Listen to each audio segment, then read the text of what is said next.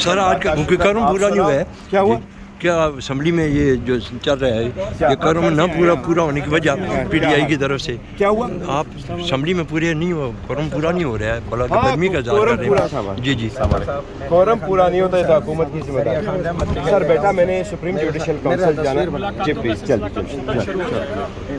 سر تھوڑا سا ٹھیک ہے سر. بڑی سلمان اکرم راجہ کے صاحب کے ساتھ آپ کی کوئی صلح وغیرہ ہوئی ہے؟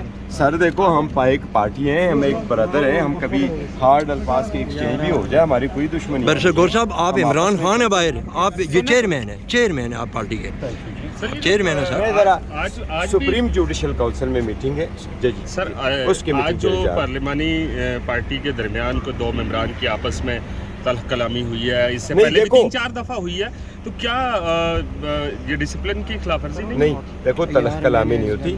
ہم جب بات کرتے ہیں ایک دوسرے کا پوائنٹ آف ویو لیتے ہیں، کبھی ایک دوسرے پہ کوئی آواز ریز ہو جائے، وہ کوئی تلخ کلامی نہیں ہے. جس کا آپ کہوں گے وہ ابھی اکٹھے ہوں گے، یہ ہوتا ہی رہتا ہے. It's always part of the. آپ اگر یورپ کے پارلیمنٹ میں دیکھیں، پارلیمنٹیرین دیکھیں، ان میں بھی ہیٹڈ ڈیبیٹ چلتی رہتی ہے، لیکن اس کو آگے پرولانگ نہیں کرتے.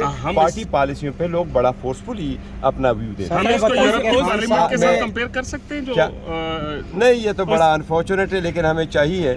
دیکھیں میں تو ایک چیز کا قائل ہوں، ذاتی اختلافات ایک طرف، عوامی مفاد دوسری طرف. ملک رہے گا تو سب رہے گا، ایوان ہوگا چلے گا تو مسائل کا حل نکلے گا.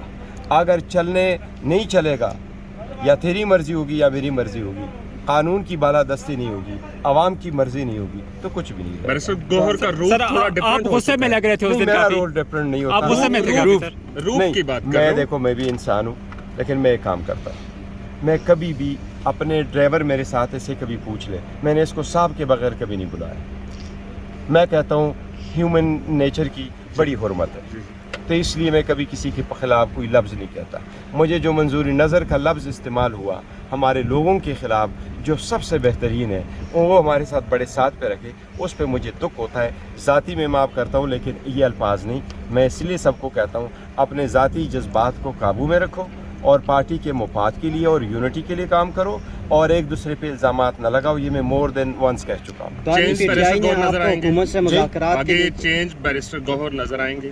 نہیں سر، میں جو گوہر خان ہوں وہی گوہر خان ہوں، اور میں تو جو کوشش میری ایسی ہے کہ میں کوشش یہ کرتا ہوں کہ جو ہماری مخالفین ہیں اس کے ساتھ ہم جوڑ کے چلیں. تو آپ اس کو کیسے ڈیوائڈ کریں؟ لوگ حیران تھے آپ کو غصے میں دیکھ کر. نہیں، غصے میں تو نہیں تھا.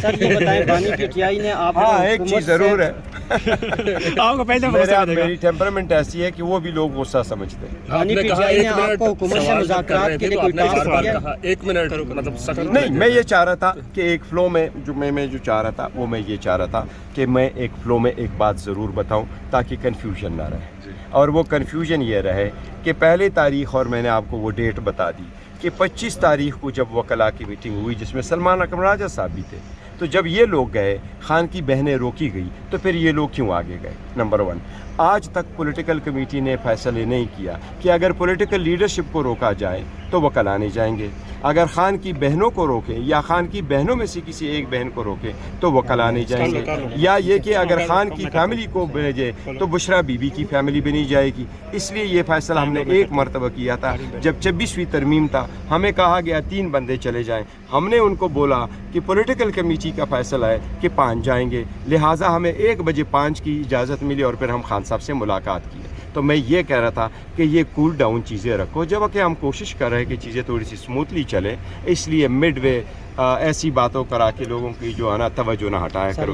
سر میں سپریم جوڈیشل کونسل کی میٹنگ ہے 2 بجے، ہمیں آلریڈی لیٹ ہو، مجھے میں فون کیا.